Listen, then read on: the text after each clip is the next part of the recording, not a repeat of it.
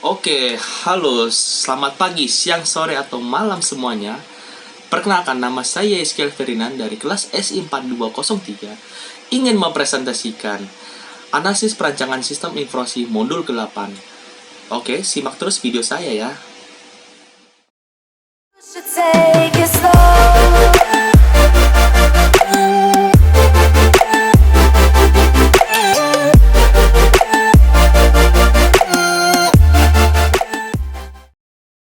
Oke, langsung masuk ke materi saja. Saya akan menjelaskan modul 8 yang berjudul Transisi dari Analisis ke Desain menggunakan Diagram Interaksi. Nah, sebelum masuk ke materi, saya akan menjelaskan dulu tujuan pembelajarannya. Yang pertama, menjelaskan tujuan dan elemen model desain. Yang kedua, identifikasi elemen-elemen penting dari UML diagram komunikasi. Yang ketiga, buatkan tampilan diagram komunikasi desain model. Keempat, identifikasi elemen-elemen penting dari urutan UML diagram. Yang terakhir, kelima, buat tampilan diagram urutan model desain. Oke, selanjutnya. Nah, di sini kalian bisa lihat ada peta prosesnya. Di sini ada stakeholder gitu. Ini udah saya terjemahkan. Jadi outputnya itu nanti untuk membuat diagram interaksi untuk use case skenario. Oke, selanjutnya memperkenalkan model desain. Model desain dibuat dari model persyaratan. Model desain digabungkan dengan model arsitektur untuk menghasilkan model solusi. Ya, seperti dia sebelumnya yang ada di atas ini. Oke, selanjutnya diagram interaksi. Diagram interaksi UML adalah nama kolektif untuk diagram berikut. Yang pertama, diagram urutan. Kedua, diagram komunikasi. Sebelum dikenalnya sebagai diagram kolaborasi. Yang ketiga, diagram Pixar interaksi. Kombinasi diagram aktivitas dan urutan fragmen diagram. Oke, selanjutnya. Setiap diagram interaksi UML digunakan untuk menunjukkan urutan interaksi yang terjadi antara objek selama yang pertama, satu atau dua skenario use case. Yang kedua, sepotong skenario satu kasus penggunaan. Diagram interaksi UML juga dapat digunakan untuk menampilkan urutan interaksi yang terjadi antara yang pertama subsistem, yang kedua sistem. Oke, selanjutnya membandingkan analisis dan desain. Analisis membantu Anda memodelkan apa yang diketahui tentang bisnis proses yang harus didukung sistem. Yang pertama, gunakan casing. Yang kedua, model domain. Desain membantu Anda memodelkan bagaimana sistem akan mendukung proses bisnis. Model desain terdiri dari yang pertama, komponen batas atau user interface. Yang kedua, komponen layanan. Ketiga, komponen entitas. Oke, selanjutnya. Analisis kekokohan. Analisis kekokohan adalah proses yang membantu dalam mengidentifikasi komponen desain yang akan dibutuhkan dalam desain model. Jadi ada seperti ini guys gambarannya. Oke, selanjutnya. Analisis kekokohan. Masukan untuk analisis kekokohan. Yang pertama, kasus penggunaan. Kedua, skenario use case untuk use case tersebut. Yang ketiga, diagram aktivitas use case jika tersedia untuk penggunaan itu kasus. Oke, model domain. Output dari analisis robustness atau analisis kekokohan, model desain biasanya ditangkap dalam UML. Diagram interaksi dengan komponen desain tersebut sebagai komponen batas, layanan, dan entitas. Selanjutnya, komponen batas. Kelas batas digunakan untuk memodelkan interaksi antara sistem dan aktornya, yaitu pengguna dan sistem eksternal. Oke. Abstraksi layar, UI, sensor, antarmuka, komunikasi, dan sebagainya. Yang kedua, komponen UI tingkat tinggi. Ketiga, setiap komponen batas harus dikaitkan dengan setidaknya satu aktor. Jadi di sini ada melibatkan agen pemesanan gitu, jadi melakukan pemesanan gitu. Jadi di sini ada user interface, tampilan reservasinya gitu. Oke, selanjutnya. Selanjutnya adalah komponen layanan. Kelas komponen layanan mewakili koordinasi, pengurutan transaksi, dan kontrol objek lainnya dan sering digunakan untuk merangkum kontrol yang terkait dengan kasus penggunaan tertentu. Mengkoordinasi aliran kontrol. Yang kedua, mengisolasi setiap perubahan alur kerja dari batas komponen entitas. Jadi agen pemesanan melakukan request pemesanan kamar ya seperti lanjutan tadi. Nah, di sini akan membuat reservasi dari sistemnya itu sendiri gitu. Oke, lanjut. Komponen entitas. Komponen entitas digunakan untuk memodelkan informasi itu berumur panjang dan sering bertetap teguh. Oke, ada clue-nya di sini. Entitas biasanya terkait dengan objek domain. Yang kedua, sebagian besar entitas gigi. Yang ketiga, entitas dapat memiliki perilaku yang kompleks. Jadi ini ada tambahan lagi di sini, clue lagi di sini dari sistemnya juga, dan di sini ada reservation dan di sini akan membuat itu create. Oke, lanjut. Komponen layanan dan entitas. Komponen entitas akan sering memiliki layanan yang sesuai dengan komponen. Yang pertama, objek layanan akan sering mengontrol objek entitas. Yang kedua, objek layanan dapat mendelegasikan ke objek lainnya. Jadi di sini ada tambahan lagi gitu. Oke, yang selanjutnya, komponen batas dan komponen entitas. Komponen batas sering dapat mengambil atribut dari suatu komponen entitas. Nah, di sini ada tambahan lagi yang di watermark biru itu details, jadi menampilkan secara mendetail lagi. Jadi di sini juga ada lagi kamarnya dipilih yang mana, terus menampilkan harga juga berapa dengan dari dia pilih kamar tersebut. Jadi ini udah semakin mendetail lagi. Oke, lanjut.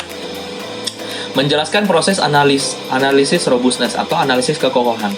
Yang pertama, pilih use case. Yang kedua, membuat diagram komunikasi atau urutan. Diagram yang memenuhi aktivitas use case. Yang A, identifikasi komponen desain yang mendukung kegiatan use case. B, gambarkan hubungan antara komponen-komponen ini. C, beri label pada asosiasi dengan pesan. Yang ketiga, ubah diagram komunikasi menjadi sebuah sequence diagram atau sebaliknya untuk alternatif tampilan. Oke, selanjutnya. Mengidentifikasi elemen-elemen diagram komunikasi. Diagram komunikasi UML terdiri dari elemen-elemen berikut. Jadi di sini saya sudah menerjemahkannya. Di sini ada simpul objek, ada nomor urut, ada nama pemesanan, parameter, sama arah pemesanan. Jadi alurnya seperti ini ya. Oke, selanjutnya. Di sini juga ada variasi dari diagram komunikasi sebelumnya. Nah, jadi kalian bisa perhatikan ya. Oke, selanjutnya. Sebuah pesan dapat menunjukkan yang pertama, nama pemesanan. Yang kedua, arah panah. Tadi arahnya kemana kan? Bisa dijelaskan yang selanjutnya gitu. Selanjutnya, sorry. Panah padat adalah pesan yang sinkron. Panah terbuka adalah pesanan yang asinkron gitu. Yang ketiga, nomor urut yang menggambarkan urutan pesan. 4. Daftar parameter yang diteruskan ke objek penerima. Yang kelima, kondisi penjaga yang menunjukkan pesanan bersyarat. Yang terakhir, parameter kembali. Membuat diagram komunikasi. Pilih use case yang sesuai. Yang pertama, tempatkan aktor dalam diagram komunikasi. Yang kedua, analisis formulir use case atau diagram pendekatan untuk use case. Untuk setiap tindakan dalam use case, A. Identifikasi dan tambahkan komponen batas. B. Identifikasi dan tambahkan komponen layanan. C. Identifikasi dan tambahkan komponen entitas. Yang D. Identifikasi dan tambahkan interaksi lebih lanjut. Temukan metode baru, batas, layanan, dan komponen entitas. Langkah yang pertama, tempatkan aktor dalam diagram. Seperti ini. Ini salah satu contoh dari pemesan hotel. Ini adalah agen pemesanan gitu orangnya. Selanjutnya, langkah kedua, 2A, identifikasi komponen batas. Agen pemesanan membuat permintaan kamar yang melewati tanggal kedatangan, tanggal keberangkatan, dan jenis kamar. Di sini AD, DD, dan RTR. Di sini perannya hanya sebagai kodenya gitu. Jadi gimana ya menjelaskannya ya? Jadi istilahnya kayak kodenya gitu ya, kayak variabel gitu, kayak kalau programming gitu kan, tanggal kedatangan buat AD gitu, keberangkatan DD, jenis kamar RTR. Oke, seperti itu.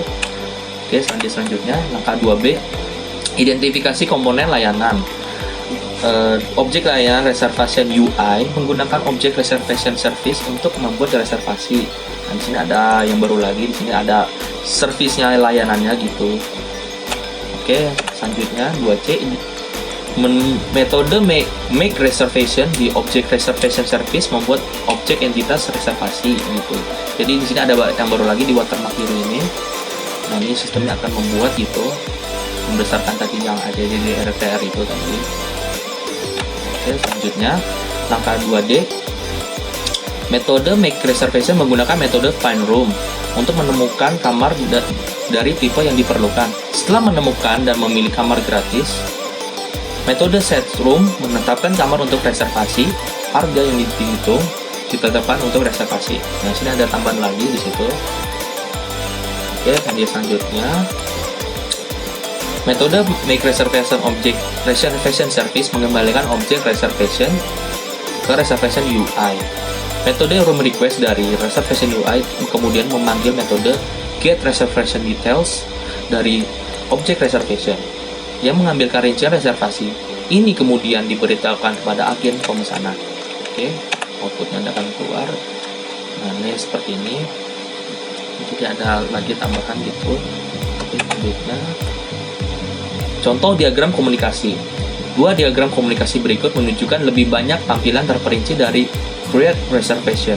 Yang pertama, skenario primer yang berhasil dan skenario sekunder yang tidak berhasil. Jadi di sini ada kamar yang ditawarkan ditolak oleh agen pemesanan. Rincian yang lebih halus telah dihilangkan untuk mengurangi kompleksitas. Jadi di sini ada dua contoh, 1 sama 2. Ini yang contoh pertama ini jika agen pemesanan itu menyetujui pemesanan kamar di hotel gitu. Jadi ada alurnya seperti ini lah ya guys. Oke, yang selanjutnya yang contoh kedua ini jika agen pemesanan menolak gitu karena ada satu hal dengan yang lain gitu, karena nggak tahu juga, intinya dia menolak di sini. Jadi alurnya seperti ini gitu. Oke, selanjutnya diagram urutan. Berikan perspektif berbeda tentang interaksi antar objek. Yang kedua, dapat digunakan sebagai pengganti diagram komunikasi. Ketiga, dapat dikonversi ke atau diagram komunikasi. Keempat, buktikan lebih berguna bagi pengembang. Kelima, sorot urutan waktu interaksi. Bagian selanjutnya menjelaskan diagram urutan UML diagram. Oke, di sini ada urutannya seperti ini guys. Oke, selanjutnya fragment.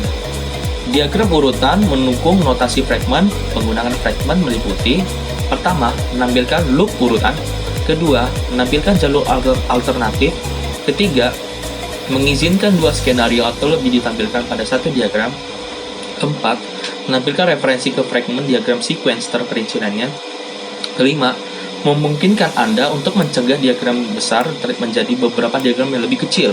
Slide berikut menunjukkan notasi fragment. Jadi ini contoh fragment seperti ini. Jadi seorang pustakawan ceritanya mau meminjam buku gitu. Jadi minjam buku di sini dia harus men-scan dulu kodenya gitu.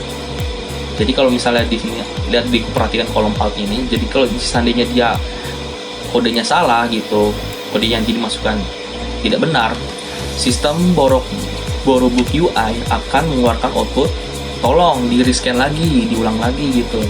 Oke.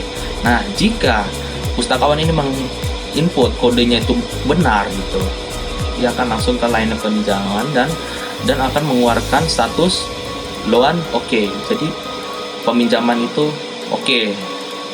Oke, selanjutnya contoh diagram urutan. 3 diagram sequence berikut menunjukkan yang lebih rinci tampilan dari create reservation. Pertama, skenario primer dan skenario sekunder dalam satu diagram menggunakan fragment alt. 2. Skenario sekunder di mana kamar yang ditawarkan ditolak oleh agen pemesanan. Ketiga, diagram urutan fragmen yang memperlihatkan detail lebih bagus untuk fragmen get reservation details dan termasuk fragmen loop. Detail yang lebih halus telah disebutkan dalam fragmen. Jadi di sini ada contohnya, ada 3 contoh, 1, 2, 3.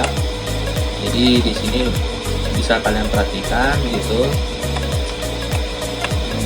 Ya. Saya juga panjang banget ini. Oke, yang pertama seperti ini, yang kedua, dan yang terakhir yang ketiga. Oke. Untuk ringkasannya, yang pertama, diagram interaksi digunakan untuk mengidentifikasi komponen desain yang memenuhi kasus penggunaan. Yang kedua, interaksi objek dapat divisualisasikan dengan UML. Ketiga, diagram komunikasi. Yang keempat, diagram urutan. Oke, sekian presentasi dari saya. Saya Isikal Ferdinand akan untuk presentasi. Terima kasih telah menonton video ini. Jangan lupa like, comment, dan subscribe. Terima kasih dan sampai jumpa kembali.